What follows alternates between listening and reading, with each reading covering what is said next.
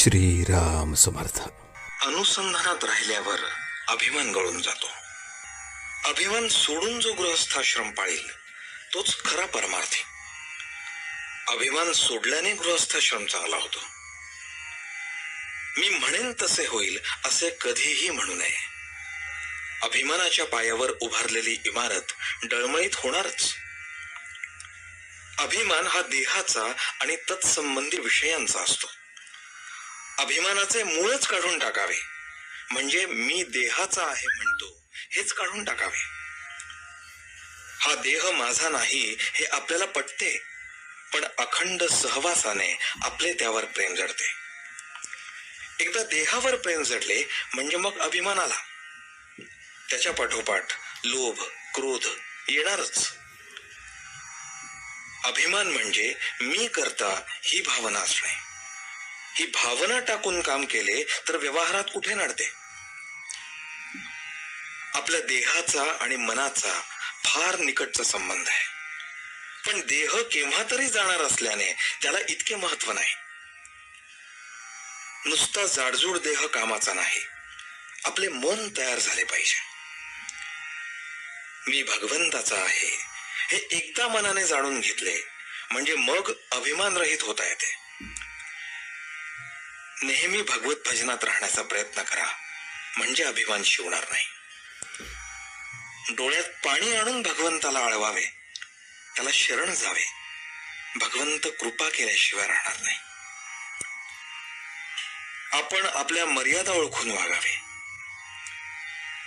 अमुक एक गोष्ट अमक्या तऱ्हेने घडावी असे जोपर्यंत आपल्याला वाटते आहे तोपर्यंत व्यवहाराच्या मार्गाने जो योग्य प्रयत्न आहे तो आपण केला पाहिजे. पण प्रयत्न केल्यावर मात्र त्याचे फळ भगवंतावर सोपवावे आणि जे काही घडेल त्यामध्ये समाधान मानावे. आपले अंतःकरण नेहमी शुद्ध ठेवावे. रात्री निजण्यासाठी अंथरुणावर पडले असताना आपले अंतरंग शोधून पहावे की मी कोणाचा द्वेष मत्सर करतो का. तसे असेल तर ते मनातून जबरीने काढून टाकावे. ते थोडे जरी शिल्लक राहिले तरी आपल्या परमार्थाच्या आड येणार आहे. आपल्या मनाने आपल्याला निश्चयाने असे सांगितले पाहिजे की मी कुणाचाही द्वेष करत नाही. आपले अंतःकरण इतके शुद्ध आणि सरळ असावे की आपण तर कुणाचा द्वेष मत्सर करू नयेच नये, परंतु दुसरा कोणी आपला द्वेष करीत असेल ही कल्पना सुद्धा आपल्याला येता कामा नये.